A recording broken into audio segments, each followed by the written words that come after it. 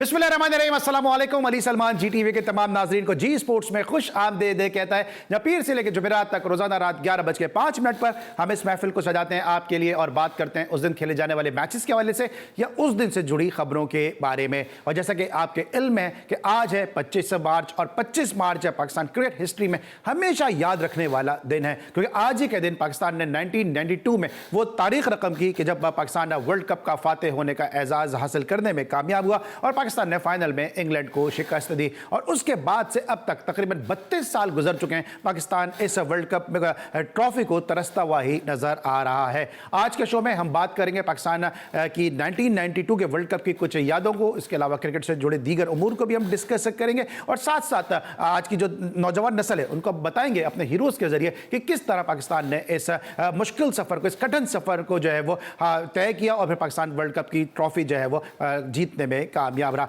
आज के शो में हमारे साथ दो बड़े जबरदस्त स्पेशल गेस्ट मौजूद होंगे कि जिन्होंने इस वर्ल्ड कप की तारीखी फतह में बड़ा कलीदी, इंपॉर्टेंट और वाइटल रोल प्ले किया। तो हमारे साथ जुड़े रहिएगा, लेकिन सबसे पहले प्रोग्राम का फॉर्मेट आज की टॉप स्टोरीज। पाकिस्तान के क्रिकेट वर्ल्ड कप की फतह को 32 साल मुकम्मल हो गए। ग्रीन शर्ट्स ने 1992 में आज ही के दिन इंग्लैंड को शिकस्त देकर वर्ल्ड कप अपने नाम किया था। चैंपियंस ट्रॉफी 2025 के लिए इंतजामात का जायजा लेने पाकिस्तान पहुंचने वाले आईसीसी वफ्द का नेशनल स्टेडियम का दौरा। वफ्द के अरकान ने पीसीबी हुक्काम से कमेटी रूम में मुलाकात की। T20 वर्ल्ड कप के लिए कौमी टीम की तैयारियां शुरू। फिजिकल फिटनेस कैंप के लिए 29 खिलाड़ियों के नामों का ऐलान। कैंप में इमाद वसीम, मोहम्मद आमिर और उस्मान खान भी शामिल। कैंप कल से काकुल में शुरू होगा। मेरे लिए कोई अफसोस नहीं, क्योंकि मैं इस कैंप के बाद भी सबसे फिट बॉलर रहूंगा। शाहनवाज थानी का फिटनेस कैंप में शामिल ना होने पर मायूसी का इजहार। न्यूजीलैंड के खिलाफ सीरीज में वन डाउन जाने से मना नहीं किया था। कौमी टीम के मफाद के लिए हर रोल अदा करने और विकेट कीपिंग छोड़ने को भी तैयार हूँ। मोहम्मद रिजवान। जब तक आजम खान खेल रहा है पीसीबी में कोई ओहदा नहीं लूंगा। Moin Khan. West Indies women's series के लिए 20 मुमकिना खिलाड़ियों का ऐलान। मुमकिना खिलाड़ी 2 अप्रैल से कराची में तरबियती कैंप में हिस्सा लेंगे। श्रीलंका ने बांग्लादेश को 2 टेस्ट मैचेस की सीरीज के पहले मैच में 328 रन के बड़े मार्जिन से हरा दिया। ऑस्ट्रेलिया के फुटबॉलर क्रिस्टोफ होमगार्टनर ने सिर्फ 6 सेकंड में गोल करके दुनिया फुटबॉल में तेज तरीन गोल करने का एजाज हासिल कर लिया। पीएचएफ हेडक्वार्टर की मैनेजमेंट और हॉकी टीम मैनेजमेंट को फारिग कर दिया गया है। 1 हफ्ते के अंदर नई मैनेजमेंट का ऐलान कर दिया जाएगा। तारिक बुक्टी, सदर पीएचएफ। नाज़रीन, आज की टॉप स्टोरीज और आपने बिल्कुल आखिरी स्टोरी पे देखा पाकिस्तान हॉकी फेडरेशन के जो मामला हैं वो दुरुस्त सत में नहीं जा रहे हैं और 2 मुख्तलिफ जो धड़े वो आपस में बरसरे पैकार नज़र आ रहे हैं। इस हवाले से यकीनी तौर पे एक शो पहले भी कर चुके हैं और कोशिश करेंगे कि एक और शो करें ताकि आपको मुकम्मल तौर पर तमाम तर मामला से आगाही हासिल हो सके। लेकिन आज खुशी का दिन है स्पोर्ट्स के हवाले से, क्रिकेट के हवाले से, और हम बार बार बात कर रहे हैं पाकिस्तान वर्ल्ड कप की जो 92 में पाकिस्तान ने तारीखी फतह हासिल की, उसको आज के शो में हम सेलिब्रेट करेंगे अपने हीरोज़ के जरिए कि जिन्होंने बड़ी उम्दा कारकर्दगी का मुजाहरा किया, पाकिस्तान को फिर वर्ल्ड कप की फातेह ट्रॉफी दिलवाने में इंपॉर्टेंट रोल प्ले किया। इस वर्ल्ड कप के फाइनल में क्या रहा, आइए उन यादों को ताज़ा करते हैं, समरी पे निगाह डालते हैं। आपके सामने जनाब स्क्रीन के ऊपर समरी है कि जहां पे पाकिस्तान ने पहले बैटिंग की और 249 रन स्कोर किए 6 विकेटों के नुकसान पर। इमरान खान ने 72 रन की इनिंग खेली, इसके अलावा मियादाद ने 58 रन बनाए और इंजमाम ने 42 रन स्कोर किए। प्रिंगल ने 3 विकेटें हासिल की और प्रिंगल इस मैच में जो थे प्रॉपर फिट भी नहीं थे और उनको खिलाया गया, इंजेक्शन वगैरह लगा के इनको ट्रीटमेंट करने के बाद खिलाया गया। उन्होंने उसको अपने जो सिलेक्शन थी उसको दुरुस्त साबित कर दिखाया और उन्होंने 3 विकेटें हासिल की। इसके अलावा बुथम ने 1 विकेट हासिल की और इलिंगवर्थ जिस पर अंपायरिंग के फ़राइज़ भी अंजाम दे रहे हैं, पाकिस्तान सुपर लीग में भी थे, उन्होंने भी 1 विकेट हासिल की। नेल फेरे ब्रदर ने 62 रन की इनिंग खेली, एलएलएम 31 रन बनाने में कामयाब रहे और ग्राम गूच ने 29 रन की इनिंग खेली। 3 विकेटें हासिल की थी जनाब मुश्ताक अहमद और वसीम अकरम ने, और इस तरह पाकिस्तान इस फाइनल को 22 रन से जीतने में कामयाब हो गया। और जिस तरह मैंने पहले भी बात की कि बड़े नामसाइद हालात में जो है वह पाकिस्तान ने इस वर्ल्ड कप के सफ़र का आगाज़ किया था, क्योंकि पाकिस्तान की बैटिंग बहुत ज़्यादा डिपेंड कर रही थी उस वक्त जावेद मियादाद पर, और मियादाद का जो मसल्स, जो कमर का मसला था, जो उनका मसल स्पैज़म था, वो इस हद तक बढ़ गया था कि वो जो इंजेक्शन लगवा के पाकिस्तान की टीम के साथ गए और आखिरी लम्हात तक नहीं पता था कि मियादाद क्या पाकिस्तान की टीम का हिस्सा होंगे नहीं होंगे। दूसरी जानब जो कप्तान थे उनको शोल्डर इंजरी थी, तो पाकिस्तान की टीम उस वक्त बिखरी हुई नजर आ रही थी। पाकिस्तान का जो बॉलिंग अटैक था वो भी इतना अच्छा नहीं था। महज 3 बॉलर के साथ पाकिस्तान इस वर्ल्ड कप में शिरकत कर रहा था और ऐसा लग रहा था कि पाकिस्तान की टीम सबसे पहले वापस आने वाली टीम भी होगी और हालात भी कुछ ऐसे ही हुए, क्योंकि तमाम तर प्रैक्टिस मैचेस पाकिस्तान हार गया और उसके बाद पाकिस्तान में जो पैदर पे शिकस्तें हुई, उसके बाद कोई उम्मीद ही नहीं थी कि पाकिस्तान इस वर्ल्ड कप को जीतने में कामयाब होगा। लेकिन अज़म, हौसला, हिम्मत और जहद मुसलसल, ये वो अनासिर थे जो पाकिस्तान को इस वर्ल्ड कप को जिताने में कामयाब हुए। और इस वर्ल्ड कप में जो 2 मैन ऑफ द मैच हासिल किए आमिर सुहेल साहब ने, दोनों बड़े इंपॉर्टेंट मैच थे। एक जिम्बाब्वे के खिलाफ मैच था, क्योंकि पाकिस्तान पहले ही मैच में वेस्ट इंडीज से बड़ी करारी शिकस्त से 2-4 हुआ। आमिर सुहेल साहब ने वहां पे और ऑस्ट्रेलिया के खिलाफ भी मैन ऑफ द मैच हासिल किया। इस वर्ल्ड कप में 10 मैचेस खेले आमिर सुहेल साहब ने, 326 रन स्कोर किए, 114 उनका हाईएस्ट रहा जो उन्होंने जिम्बाब्वे के खिलाफ होबार्ट में बनाया।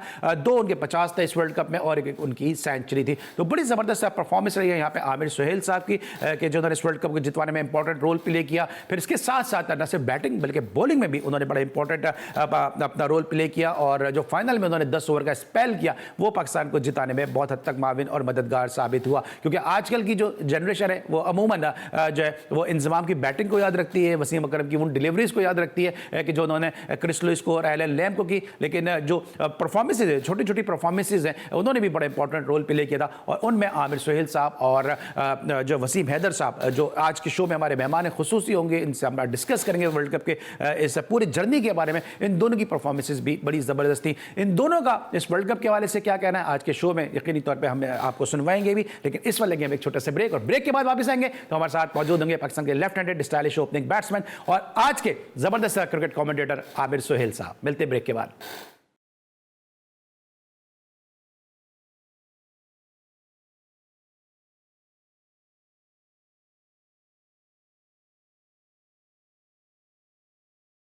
Welcome back after the break. और इस वक्त मेरे साथ मौजूद हैं इंग्लैंड से टेलीफोन लाइन पर पाकिस्तान के ऐसे जबरदस्त ओपनिंग बैट्समैन कि जब अब इंडिया और पाकिस्तान के मुकाबले वर्ल्ड कप के दौरान हुए और जब तक ये खेलते रहे उस वक्त तक उम्मीद रहती थी कि पाकिस्तान इंडिया को जो है वो वर्ल्ड कप में शिकस्त देने में कामयाब हो जाएगा। लेकिन जैसे ही इनकी विकेट गिरती थी उसके बाद फिर पाकिस्तान की टीम जो है वो स्ट्रगल करती नजर आती थी।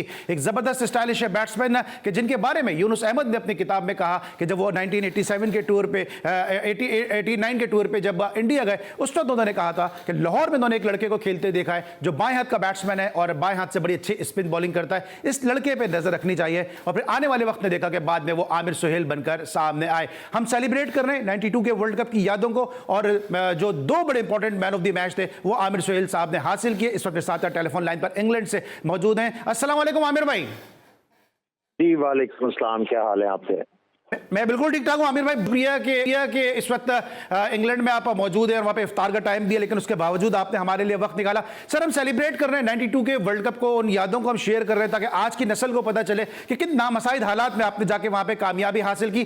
पहले तो ये बताइए कि आप इब्तिदाई स्क्वाड में शामिल नहीं थे, आपको जावेद मियादाद साहब के कवर अप के तौर पर लेके जाया गया, फिर चूंकि आप हुक पुल कट अच्छे खेलते थे इसलिए फिर आपको स्क्वाड में बरकरार रखा गया। तो ये जरा बताइएगा इसको देखते हुए आपकी अपनी क्या सोच थी और किस तरह से आपने इस चैलेंज को लिया? देखिए, सबसे पहले तो मैं आपको बताता चलूं कि जब मेरा वर्ल्ड कप के कैंप में नाम नहीं आया, मेरा बहुत ज़्यादा परफॉर्मेंस थी और उस थोड़ा अर्सा पहले मैंने वो जो श्रीलंका की टीम आई हुई थी लाहौर में मैं कैप्टनसी कर रहा था, मेरा ख्याल है चीफ मिनिस्टर 11 की, तो उसमें मैंने पहली इनिंग्स में मेरा ख्याल है 90 किया, दूसरी में 100 किया और ना ग्रीन टॉप विकेट। लेकिन फिर भी मेरा नाम नहीं आया तो मैं काफ़ी ज़्यादा डिसपॉइंट था और मैं एक्चुअली हबीब बैंक के मैचेस खेलने ही नहीं गया कि यार अब दफा मारो क्रिकेट को, अब जरा पढ़ाई की तरफ जो है ना दोबारा से चलते हैं और कोई डिग्री शिग्री हासिल करते हैं और छोड़ो पड़े क्रिकेट को। पाकिस्तान को रिप्रेजेंट तो कर लिया है, लेकिन अल्लाह को कुछ और ही मंजूर था जी। जावेद भाई को थोड़ा सा बैक में प्रॉब्लम हुआ तो उन्होंने मुझे बुला लिया और मुझे आज भी याद है कि और ये मुझे ढूंढ रहे थे फैसलाबाद में, क्योंकि हबीब बैंक का मैच हो रहा था फैसलाबाद में, तो मैं था नहीं वहाँ पे, मैं लाहौर में था। तो मैं जब कदाफी स्टेडियम पहुंचा तो मुझे याद है इमरान भाई ने मेरे से ये पूछा था कि तुम फैसलाबाद क्यों नहीं गए। मैंने उनको ऐਵੇਂ कह दिया, मैं कह दी मुझे पता था आपने बुलाना है मुझे ऑस्ट्रेलिया के लिए, तो मैं इसलिए गया ही नहीं। तो मैंने तो मजाक में बात की थी। बहरहाल ये था कि मुश्किल हालात थे, लेकिन यह है कि जब टीम में दोबारा आए तो उस मौके को हाथ से जाने नहीं दिया। अच्छा आमिर भाई, आपने बात की उस वक्त की फॉर्म के हवाले से बात की, क्योंकि आपके कैरियर पे बड़ी बड़ी रिसर्च है और you are one of my favourite batsman. तो मुझे याद है इससे पहले पाकिस्तान की एक ए टीम गई थी श्रीलंका, जिसमें कैप्टनसी कर थे मोइन खान, और आपके और गुलाम अली की बड़ी जबरदस्त ओपनिंग पार्टनरशिप वहां पे लगी थी। उसके बाद फिर वेस्ट इंडीज की टीम आई, उसमें 2 मैचेस आप खेले, उसमें 2 में आपसे परफॉर्मेंस हुई नहीं, एक में आप रन आउट हो गए और एक में आपने कोई 15 रन आउट किया, उसके बाद तीसरे मैच में आपको ड्रॉप कर दिया गया। तो वहां से उम्मीदें फिर आपकी टूटी थी कि फिर श्रीलंका इतना अच्छा खेल कर आए हो, वेस्ट इंडीज के खिलाफ परफॉर्मेंस नहीं हुई। तो उसके दरमियान जो था, पहले आपको याद होगा कि जो आपने रिसर्च की है कि मैं हाईएस्ट स्कोरर था उस बी टीम के टूर का श्रीलंका के, हाईएस्ट विकेट्स थे मेरे और हाईएस्ट कैचेस थे, और फिर विल्स कप में उसके बाद बड़ी अच्छी परफॉर्मेंस थी और मुझे पाकिस्तान की तरफ से डेब्यू किया गया था, मेरा हुआ था जब मैंने उसमें भी मेरा ख्याल 32 या 34 रन बनाए थे लो स्कोरिंग मैच में। तो उसके बावजूद मुझे जो है वो शारजा कप के लिए ड्रॉप कर दिया गया था। हालांकि विल्स कप में मेरी आउटस्टैंडिंग परफॉर्मेंस थी। तो उसके बाद मैं, आपको याद होगा सुपर विल्स कप के फाइनल में हम इंडिया गए थे, वहां पे भी मैंने बहुत बड़ा शौक किया था। तो ये चैलेंज तो मेरे लिए रहा है हमेशा पाकिस्तान क्रिकेट खेलने का, लेकिन यह है कि अल्लाह ताला ने हमेशा इज्जत रखी है, इसका अल्लाह का बहुत बहुत शुक्र है। अच्छा मेरे थोड़ा वर्ल्ड कप की तरफ वापस आते हैं। इब्तिदाई हम वहाँ पे जो प्रैक्टिस मैचेस थे वो भी हार गए, कोई उम्मीद नहीं थी, क्योंकि आप इनिंग का आगाज करते थे तो आप पे बहुत ज़्यादा पाकिस्तान की टीम डिपेंड भी करती थी और उस वक्त आप खुद भी यंग थे। तो किस तरह से इन तमाम तर मामलात को आपने फिर हैंडल भी किया? देखिए, सबसे पहले तो मुझे मेरा ख्याल है 2-3 हफ्ते तो नेट्स में बारी नहीं मिली जब मैं ऑस्ट्रेलिया पहुंच गया हूँ। बस दौड़े ही लगा के बस टाइम स्पेंड हो रहा था। और फाइनली मुझे याद है कि 2-3 लड़के है ना एक ही मैच में तस्मेनिया में आउटफिट हो गए, लॉन्सेस्टन में। तो वहां पे मुझे मौका मिला, और वहां पे जब मौका मिला तो फिर पाकिस्तान की टीम थोड़ी सी आगे लगी हुई थी, उसमें मैंने कुछ स्कोर किया और कुछ ऐसी शॉटें मारी कि इमरान भाई मेरे साथ खेल रहे थे तो मुझे कहते हैं कि तुम तो इस तरह लगता है सारी जिंदगी ऑस्ट्रेलिया में खेलते रहे हो। मैंने उसका कोई जवाब नहीं दिया, लेकिन उसके बाद मुझे कंसिस्टेंटली मौके मिले तो मैंने कॉन्फिडेंस भी गेन किया, स्कोर भी किया, लेकिन थोड़ा सा देख के खेलता रहा कि यहाँ पे डिमांड क्या है, यहाँ पे क्रिकेट अगर स्कोर करना है तो क्या क्या चीजें करनी होंगी। तो प्रेशर तो था, लेकिन वही कि चूंकि हमारी उस वक्त फर्स्ट क्लास क्रिकेट बहुत तगड़ी थी, तो आपको किसी तरह का भी जो प्रेशर था उसको हैंडल करना आता था। क्योंकि आमिर भाई तो आपने बिल्कुल सही कहा, क्योंकि जो आप बॉलिंग खेल के जा रहे थे 90 के एराज की जो बॉलिंग है वो बहुत तगड़ी थी। अगर आप हर टीम की बात कर लेते हैं, हर टीम के पास बड़े अच्छे बॉलर थे। आपके पास असदुल्ला थे, इसके अलावा फिर बरकतुल्ला भी बॉलिंग बहुत अच्छे बॉलर थे, फिर नदीम इकबाल थे, मैं अगर नाम लूंगा तनवीर बेदी, सज्जाद जो लाहौर के बॉलर थे। ऐसे बॉलर थे कि जो कोई भी बॉलर कभी भी, जाफर नजीर, कोई भी बॉलर कभी भी इंटरनेशनल क्रिकेट खेल सकता था वो। बिल्कुल जी, और काफी लंबी लिस्ट है। अभी तो आपने सीधा नाम लिया ना, लेकिन काफी लंबी लिस्ट है। उस वक्त वकार यूनुस भी जो थे वो फर्स्ट क्लास क्रिकेट में रेगुलरली फीचर करते थे और काफी ज्यादा फास्ट बॉलर्स थे। तो आपका डोमेस्टिक स्ट्रक्चर बहुत तगड़ा था, जिसकी वजह से जाके जब भी आपको प्रेशर सिचुएशन में डील करना पड़ता था तो वही जो आपको फर्स्ट क्लास का कॉन्फिडेंस था वो आपके लिए बहुत ज्यादा जो कारआमद साबित होता था। ठीक। अच्छा, जो आपका वो मैच जो आपने जिम्बाब्वे से जिसमें आपने 100 के 114 रन स्कोर किए, उसको मैच का मैन ऑफ द मैच थे, वो मैच टीवी पे नहीं आया, लेकिन आपकी जो टीम के प्लेयर है जिनसे बात हुई उन्होंने कहा कि बड़ी जबरदस्त आपने वो इनिंग खेली थी, क्योंकि जिम्बाब्वे का उसमें इतना नाम नहीं था, लेकिन उसके बावजूद एक बड़ी बर्वक्त आपने वो इनिंग खेली थी, क्योंकि पहला मैच हम बड़ा कन्विंसिंग हार गए थे वेस्ट इंडीज से। उस मैच की कुछ यादें हैं? हाँ, मुझे याद है होबार्ट में हम लोग खेल रहे थे। चूंकि मेरा ये सारा जो वर्ल्ड कप का सफर जो स्टार्ट हुआ था वो बेसिकली तस्मेनिया से हुआ था, क्योंकि हम लोगों ने जो पहले लॉन्सेस्टन में मैच खेला जिसमें मुझे पहला मौका मिला पाकिस्तान टीम से खेलने का, तो उसी के बाद हम लोग जो हैं वो मेरा ख्याल है एक और जगह थी तस्मेनिया में, जहाँ पे मेरा ख्याल है 2 डे मैच था हमारा, और मैंने दोनों इनिंग्स में मेरा ख्याल है 50 के करीब रन किए थे। तो वहीं से लॉन्सेस्टन से स्टार्ट हुआ जो तस्मेनिया से, वो जब हॉबार्ट आए तो वहां पे थोड़ी सी पिच जो थी वो ग्रीन टॉप थी, लेकिन चूंकि वो लॉन्सेस्टन और दूसरी जगह पे मैचेस खेले हुए थे तो वो जो 2 मैचेस थे वो बड़े कारआमद साबित हुए, और उस मैच में काफी ज्यादा जो है मुझे हेल्प मिली वो 2 इनिंग्स की वजह से। और उसके बाद फिर ऑस्ट्रेलिया के खिलाफ जो आपने इनिंग खेली, जो पाकिस्तान के लिए मस्ट विन मैच था, उस मैच में भी आप मैन ऑफ द मैच हुए, 70+ रन की आपने वो इनिंग खेली। उस मैच का कुछ बताएं, क्योंकि उस वक्त भी ऑस्ट्रेलिया की टीम बहुत ही मजबूत टीम थी और पाकिस्तान के लिए डू और डाई मैच था वो। मुझे आज भी याद है जी कि मुझे इमरान भाई ने यही कहा था कि यार अगर तुम कल स्कोर करोगे तो हम फाइनल खेलेंगे, अगर तुम्हारे से स्कोर ना हुआ तो हम लोग जो है वो फाइनल नहीं खेल पाएंगे। मैंने उन्हें यही कहा था कि जी मैं पहली दफा जिंदगी में पर्थ में खेल रहा हूँ, तो आप मेरे पे प्रेशर बहुत ज्यादा डाल रहे हैं। तो उन्होंने कहा था कि मुझे पता है तुम यहाँ पे करोगे, और मुझे आज भी खुशी है कि पाकिस्तान के लिए कुछ ना कुछ जो है वो वहाँ पे किया, और जो हमारा सफर है उसका अच्छे तरीके से आगाज हुआ। लेकिन आप ये जो अभी जो शो कर रहे हैं सेलिब्रेशन का, वर्ल्ड कप की जीत का, चलें ये तो अपनी जगह ठीक है, लेकिन आप कोई वो मातम वाला भी प्रोग्राम कीजिएगा जो आपने इतने ज्यादा वर्ल्ड कप हारे, जो आप आराम से जीत सकते थे। सर मैं यही पे थोड़ा डिस्कस कर लूंगा आपसे, लेकिन अब इस तरह इंडिया पे आते हैं, क्योंकि जब आप इंडिया के खिलाफ बिलखुसूस वर्ल्ड कप के मैचेस खेले, जब तक आप खेलते रहे उस वक्त ऐसा लगता था कि पाकिस्तान जीत जाएगा। ये बात मैं आपके सामने नहीं कह रहा हूँ, स्कोर कार्ड इस बात के गवाह है, चाहे 92 का वर्ल्ड कप हो, चाहे 96 का वर्ल्ड कप हो, जब तक आप क्रीज पर है पाकिस्तान बड़ा डोमिनेट कर रहा था। उसके बाद जैसे विकेट गिरती है पाकिस्तान हार जाता है। इसका क्या रीजन समझते हैं कि आप इंडिया पे खुसूस वर्ल्ड कप के मैचेस में किस तरह से डोमिनेट करते थे? देखिए बात सिंपल सी है कि आपने जो अपनी नेचुरल गेम है वही खेलनी है, जितना प्रेशर वाला मैच होगा। और मुझे आज भी याद है कि जो मैंने मैच खेला था वर्ल्ड कप का फाइनल, इसी वर्ल्ड कप का 92 का, तो मैंने अपनी थोड़ी सी गेम चेंज करने की कोशिश की थी। जैसे ही मैंने गेम चेंज की तो उसका मुझे खमियाजा भुगतना पड़ा।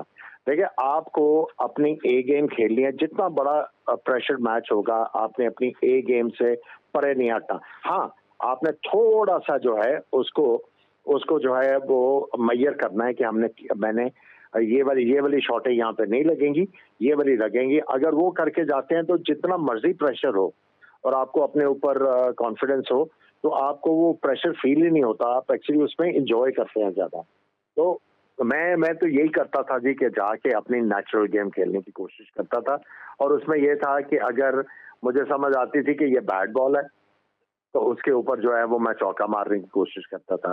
अच्छा गेंद है तो उसको रोकता था, और अच्छे गेंद के ऊपर यही देखता था कि अगर इस पे भी स्कोर करने की अपॉर्चुनिटी है तो वो किस तरह निकाली जा सकती है। तो ये पॉजिटिव रहना जो है वो काम आता था बेसिकली।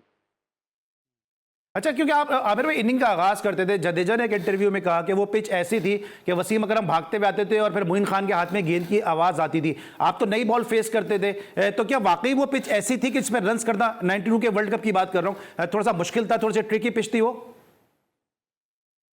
देखिए भी पिच थी, और अगर आप हाईलाइट्स देखें कि जिस तरह मनोज प्रभाकर और श्रीनाथ का गेंद जो है वो मूव अराउंड कर रहा था, मुश्किल तो बहुत था, उसमें तो कोई शक नहीं है। और उसके बाद कोई बॉल जो है वो एकदम से जंप कर रहे थे और कोई बॉल जो है वो नीचे रह रहे थे, तो अब वो मुश्किल तो था। लेकिन ये है कि मुश्किलात को ही आपने डील करना होता है इंटरनेशनल क्रिकेट में, और इतना ज्यादा रॉकेट साइंस तो है नहीं।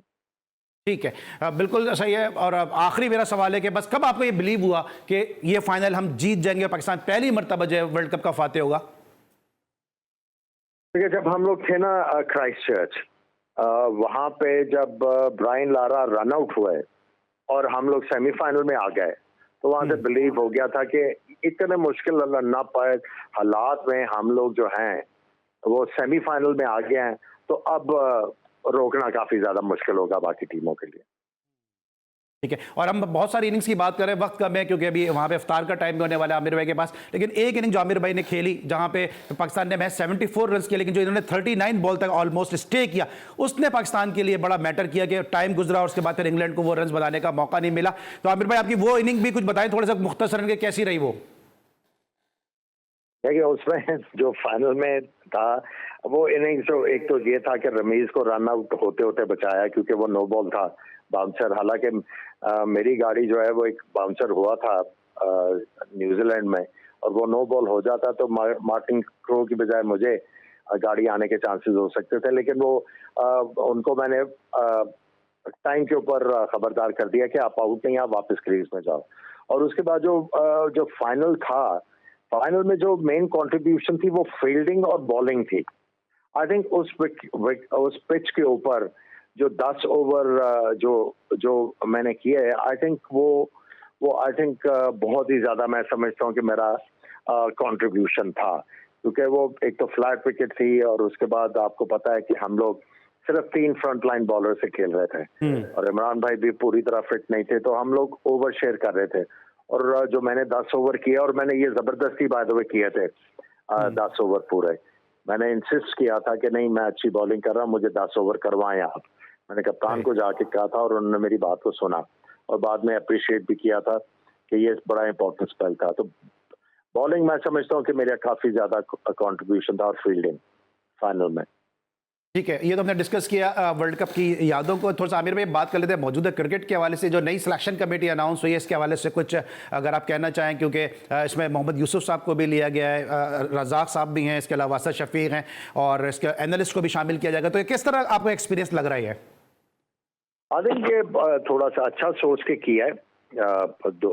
एक फास्ट बॉलर है, एक ऑलराउंडर है, उसके बाद 2 स्पेशलिस्ट बैट्समैन है। इसमें एक अगर स्पिनर भी डाल दिया जाता तो मेरा ख्याल है वो ज्यादा बेहतर होता। लेकिन आई थिंक असद शफीक का बीच में लाना है, मुझे बड़ी खुशी है कि असद शफीक को काफी ज्यादा हमने लेट डाउन किया हुआ है उनके करियर में भी। तो उनका जो एक्सपीरियंस है उसका हमें बिल्कुल फायदा उठाना चाहिए, और मुझे खुशी है कि उनको और मोहम्मद यूसुफ को जो है वो लाया गया है सिलेक्शन कमेटी में। लेकिन आमिर भाई, आपको नहीं लगता कि इस वक्त जो केपीके और बलूचिस्तान की नुमाइंदगी सिलेक्शन कमेटी में नहीं है, कुछ लोगों की इस हवाले से आवाज़ भी उठ रही है कि इन 2 खित्तों से जो है वो कोई सिलेक्टर शामिल नहीं किया गया? देखिए, ये तो फिर आप कोटा सिस्टम वाली बात कर रहे हैं ना। आई मीन आप देखें कि केपीके के कितना इन्वॉल्वमेंट है पाकिस्तान क्रिकेट बोर्ड में, बहुत ज्यादा इन्वॉल्वमेंट है। तो अगर इसमें सिलेक्शन कमेटी में नहीं आए तो आई थिंक इसमें कोई कबाहत नहीं है। लेकिन एक चीज है कि यहाँ पे जो अगर इस सारी चीज को मैं इसमें लॉजिक लाने की कोशिश करूं, देखो आपका जो सबसे ज्यादा इस वक्त टैलेंट आ रहा है ना, सबसे ज्यादा टैलेंट वो IKP के से रहा है। सही। तो अगर KPK का कोई जो ग्रास रूट लेवल पे इन्वॉल्व हो क्रिकेटर, उसको अगर आप इस सिलेक्शन कमेटी में, जिस तरह मैंने कहा कि आपको एक स्पिनर अगर डाल दें तो ये वेल राउंडेड जो है वो सिलेक्शन कमेटी बन जाएगी। तो इसमें अगर आप KPK का कोई ऐसा प्लेयर जो स्पिन बॉलर हो या जो भी हो, जो डोमेस्टिक क्रिकेट के साथ इन्वॉल्व हो, अगर आप उसको लेके आते हैं तो आई थिंक ये एक बड़ी बैलेंस किस्म की सिलेक्शन कमेटी बन जाएगी। आमिर भाई, कमेंट्री माशाल्लाह आपका बड़ा ज़बरदस्त कैरियर जा रहा है और बड़े माशाल्लाह आपकी जो फैन फॉलोइंग है एज ए कमेंटेटर भी काफ़ी जो है वो माशाल्लाह पॉपुलर हो गए हैं आप। बहुत सारे लोग बात करेंगे जो पाकिस्तान सुपर लीग है, इसका गिराव जो है वो थोड़ा गिरा है। आप काफ़ी अर्से से कमेंट्री भी कर रहे हैं और यकीनी तौर पे देख भी रहे होंगे। आपकी अपनी राय क्या इस हवाले से, क्या गिराव गिरा है पाकिस्तान सुपर लीग का, या आप समझते हैं कि ये सस्टेन है? देखिए, मैं जो चीजें हैं इधर उधर वाली, उसके ऊपर मैं नहीं देखता कि इसमें ग्राफ का क्या चक्कर है या क्या नहीं है चक्कर। मेरा जो मैयर है वो टोटली डिफरेंट है। मेरा मैयर ये है कि कितने नए प्लेयर जो हैं वो आपने आइडेंटिफाई किए हैं इस टूर्नामेंट से। आप कायद आज़म ट्रॉफी कह लें या आप PSL कह लें या वनडे का कोई भी टूर्नामेंट या जो आपके डोमेस्टिक टूर्नामेंट होते हैं, उसमें जो सबसे बड़ा कामयाबी का मेजर है वो ये है कि आपने कितने प्लेयर आइडेंटिफाई किए हैं फ्यूचर के लिए, और कितने प्लेयर जो हैं जो अच्छा परफॉर्म नहीं कर रहे थे वो अच्छा परफॉर्म करना शुरू हो गए, जो लैग कर रहे थे फॉर्म को। तो अगर तो आपको ये चीजें नजर आती हैं तो फिर ग्राफ तो मेरा ख्याल है जो है वो बिल्कुल नीचे नहीं गिरा, क्योंकि जो भी टूर्नामेंट पाकिस्तान में होता है उसका जो be all and and all है कि पाकिस्तान टीम को उससे क्या फायदा हो रहा है। ठीक है। आमिर भाई, वकार यूनुस साहब ने कहा टीमों की तादाद बढ़ा देनी चाहिए, आप मुत्तफिक हैं इससे? देखिए, बात सिंपल सी ये है कि आपने सबसे पहले देखना है कि आपके पास पूल ऑफ प्लेयर क्या है। अगर तो आपके पास इतना तगड़ा पूल ऑफ प्लेयर है इतना इतना वाफिर मिकदार में है तो फिर तो आप टीमें बिल्कुल इंक्रीज करें, क्योंकि मेरा ख्याल है कि यही लोगों ने 5 या 6 टीमें फर्स्ट क्लास की पूरे पाकिस्तान में जो है, मेरा ख्याल है ये उस वक्त कोच थे ना पाकिस्तान टीम के बने जी थे। जी जी जी तो इन्होंने जी तो एक्सेप्ट किया था ना कि 6 टीमें जो है मोर देन इनफ है पाकिस्तान की। सही, ठीक है। अच्छा आबिर, लास्ट मेरा आप ये क्वेश्चन है। कह रहे हैं नहीं, अब आप ये कह रहे हैं कि टीमें बढ़नी चाहिए, तो I think consistency of thought process जो है वो होनी चाहिए। और उसके साथ साथ ये है कि मैं फिर वही कहूंगा, अगर आपका तगड़ा तगड़ा पूल ऑफ प्लेयर है तो आप बिल्कुल इंक्रीज करें टीमें। ठीक है। लास्ट सर मेरा क्वेश्चन है, भी आपने सिस्टम की बात की और डोमेस्टिक की आपने बात की है। डोमेस्टिक मैंने आपको खुद खेलते हुए देखा है, मैंने आपको नंबर 6 पे भी खेलते देखा है अभी बैंक से, कि जब आप इनिंग का आगाज नहीं कर रहे थे तो डोमेस्टिक से ही आप प्रोडक्ट हैं डोमेस्टिक की। लेकिन अभी हम देख रहे हैं इमाद वसीम को वापस ले आओ, आमिर को वापस ले आओ, उस्मान खान को यूएई से बुला लो। ये एक कैसा मैसेज जा रहा है कि हमारे डोमेस्टिक में प्लेयर नहीं है, या आप समझते हैं कि अच्छा साइन है कि जो अवेलेबल है उसको खिलाओ? देखिए, ये तो अच्छी चीज है, जो अवेलेबल और जो फॉर्म में है उसको खिलाओ, लेकिन उसके साथ साथ अगर आपको पीछे जाना पड़ रहा है तो इसका मतलब आगे आगे की बजाय पीछे जाना पड़ रहा है, तो इसका मतलब ये है कि आपकी क्रिकेट में वो प्रोडक्शन नहीं हुई जो होनी चाहिए थी। और आई थिंक यही चीजें जो हैं वो नए चेयरमैन को देखनी है कि भाई हमारी जो क्रिकेट जो है वो आगे बढ़ी किन वजूहात की वजह से नहीं है, और वो वजूहात जो हैं उनको जब तक आपने अलहदा ना किया तो आपकी क्रिकेट में यही होगा कि आपको हो सकता है कि वकार यूनुस को खिलाना पड़ जाए। लेकिन आबिर भाई, मुझे आपका पता है, एक ओपनर ने मुझे बताया कि जब उनसे शॉर्ट पिच नहीं खेली जाती, आपने हेलमेट पहना है, खाली ग्लव्स पहने, और आपने जो हुक पुल किए ना क्रिकेट छोड़ने के बावजूद, उसके वो बड़े जबरदस्त किए हैं। नहीं, मेरा कोई इरादा नहीं है। Sir thank you so much Aamir भाई कि आपने हमारे लिए वक्त निकाला, और बड़ा हमेशा से बड़ा मजा आता आमिर भाई करके, और आप बड़ी तफसील के साथ बात करता आमिर भाई, और हम वी आर वेरी ब्लेस्ड कि इनकी शफकत, इनकी मोहब्बत हमेशा हमारे साथ रहती है। इस वक्त लेंगे हम एक ब्रेक, और जब ब्रेक के बाद वापस आएंगे तो मजीद बात करेंगे पाकिस्तान स्पोर्ट्स के हवाले से। मिलते एक छोटे से ब्रेक के बाद।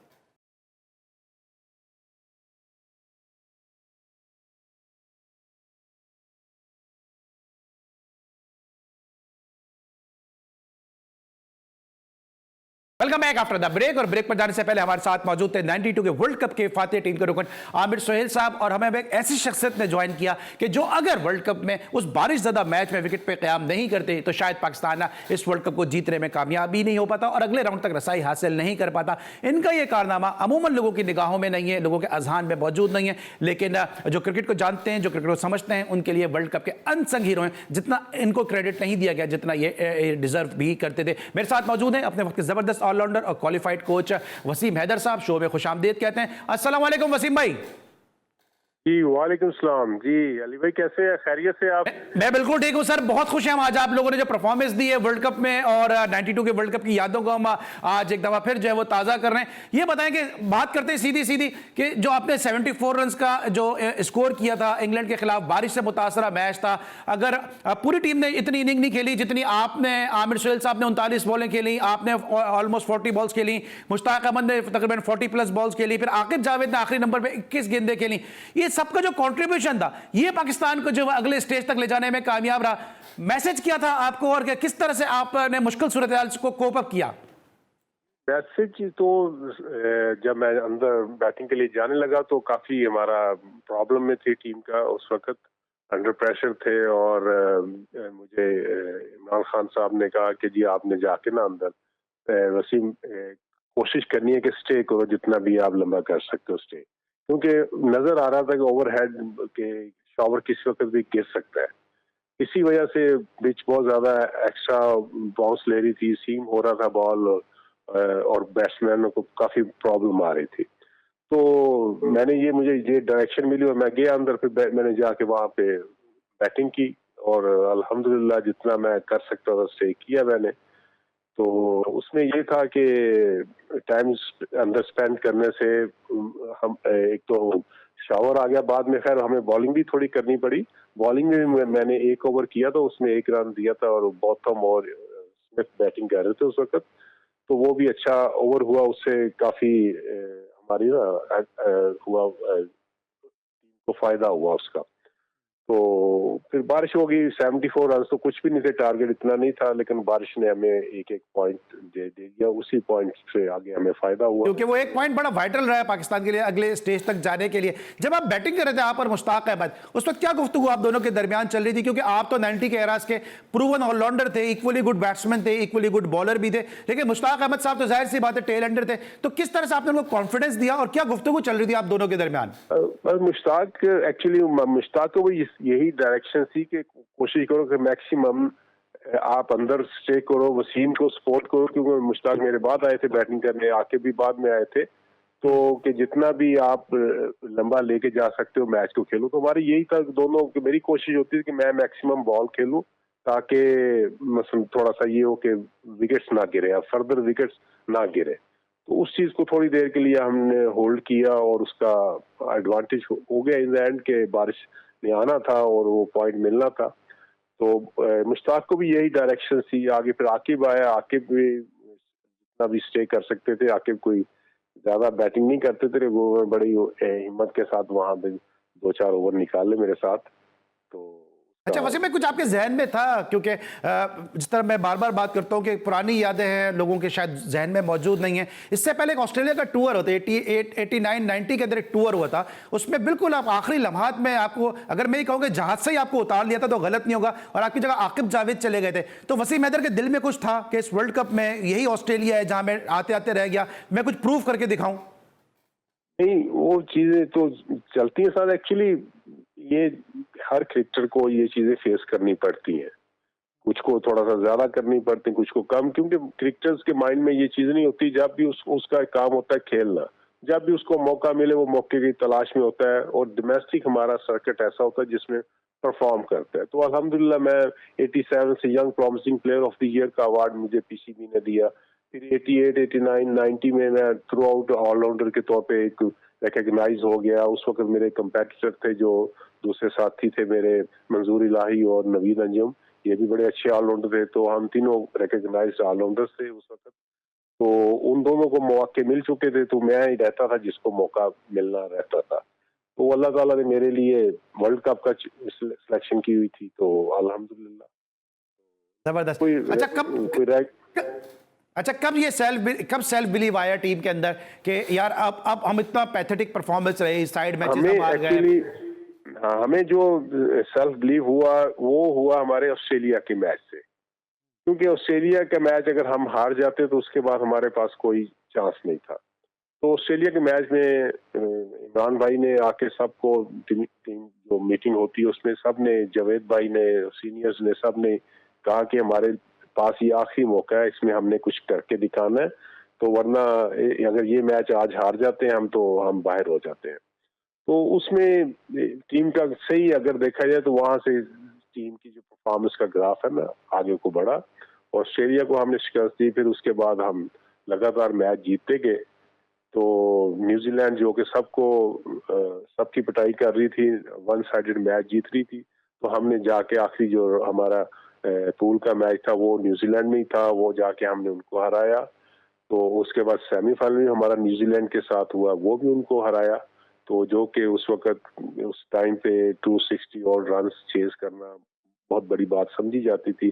फिर इंजमाम इंट्रोड्यूस हुए वर्ल्ड क्रिकेट में, उन्होंने बहुत अच्छा खेला। जावेद भाई ने एंकर रोल प्ले किया, और मोइन खान ने थोड़े से शॉर्ट टाइम में बड़ा अच्छा उसमें भी परफॉर्म किया। अच्छा वसीम भाई, आखिरी मेरा सवाल है, ये सवाल बड़े अरसे से मेरे जहन में, कि आप बड़े ज़बरदस्त ऑलराउंडर थे, बड़े मुश्किल एरा में आपने बॉलिंग बैटिंग दोनों शोबे में, डोमेस्टिक में अपने आप को मनवाया, फिर आपने वर्ल्ड कप में भी इस तरह प्रूव किया। उसके बाद क्या वजह है कि आपका कैरियर इतना प्रोलॉन्ग नहीं हो सका, जबकि बाकी जो प्लेयर थे वो वर्ल्ड कप के बाद स्टार बन गए, उसके बाद फौरन बाद इंग्लैंड का टूर हुआ, सबके सब वहाँ गए? हाँ, बस वो इंग्लैंड का टूर के मिल जाता तो मुझे ज्यादा अच्छा था, कि एक्चुअली ऑस्ट्रेलिया का पहला ही टूर था। ऑस्ट्रेलियन कंडीशंस टफ होती हैं, तो लेकिन मैं इसमें किसी को दोष नहीं देता। मैं अपने आप को ये समझता हूँ कि मेरी नेग्लिजेंस थी, मेरा वो जो मुझे अपनी ट्रेनिंग करनी चाहिए थी, मुझे जो अपना फोकस रखना चाहिए था क्रिकेट पे, तो वो शायद उस तरह मैं नहीं रख पाया, और जिसकी वजह से मेरा कैरियर प्रलॉन्ग नहीं कर सकता। हालांकि मेरे फिगर्स आप देख लें, डोमेस्टिक में परफॉर्मेंसेस देख लें, तो उस वक्त काफी अच्छी थी, लेकिन मेरा शायद वो जो फोकस या मेरा बैकग्राउंड जो इतना कोई क्रिकेटिंग नहीं था के मुझे कोई प्रॉपर गाइडेंस मिलती, तो जिस तरह आजकल कोचेज हैं टीमों के साथ लगे हुए प्लेयर्स को समझाते हैं, तो उस तरह शायद शायद सर मेरे मीडिया में साथ इतना नहीं था। वाइब्रेंट नहीं था ना कि आपकी परफॉर्मेंस को हाईलाइट करता। जी जी जी बिल्कुल। तो ये सारी चीजें थी, कुछ मेरा समझिए कि मेरा ही अपना एक कसूर है कि मैं अपने आप को ज्यादा भाई ठीक है, वसीम हैदर साहब हमारे साथ मौजूद थे। और वसीम हैदर साहब भले ही ज़्यादा क्रिकेट नहीं साथ के लिए, लेकिन जो लोग डोमेस्टिक कवर करते हैं, जो लोग डोमेस्टिक पे निगाह रखते हैं, उनको पता है कि किस म्यार के, किस पाए के और किस क्लास के ऑलराउंडर थे। और फिर इन्होंने वर्ल्ड कप में इस चीज़ को प्रूव भी किया। नाज़रीन, हमारी ये छोटी सी कोशिश थी, छोटा सा नजराना था, ये एक ट्रिब्यूट करने का हमारा एक अंदाज था कि जहाँ आज हमने वर्ल्ड कप की उन सुनहरी यादों को आपके साथ शेयर किया। और आपने सुनी आमिर सुहेल साहब की गुफ्तगू, वसीम हैदर साहब की गुफ्तगू, कि किस तरह से ये कठिन सफर जो था वो बिलाखिर पाकिस्तान की जीत के इख्तिताम पर मुंतज हुआ और पाकिस्तान पर जो है वो वर्ल्ड कप जीतने में कामयाब रहा। और ये वो एजाज है जो 32 साल के बावजूद पाकिस्तान दोबारा नहीं जीत सका। Heads off to all of them कि जिन्होंने पाकिस्तान का सब जलाली परचम जो है ऑस्ट्रेलिया के मैदानों पे बुलंद किया और पाकिस्तान की इज्जत, शान और वकार को उन्होंने बढ़ाया। आज के लिए बस इतना ही। इंशाल्लाह अगले शो में फिर मुलाकात होगी। अली सलमान को पूरी प्रोडक्शन टीम के साथ इजाजत दीजिए। अपना बहुत ख्याल रखिए। अल्लाह हाफिज।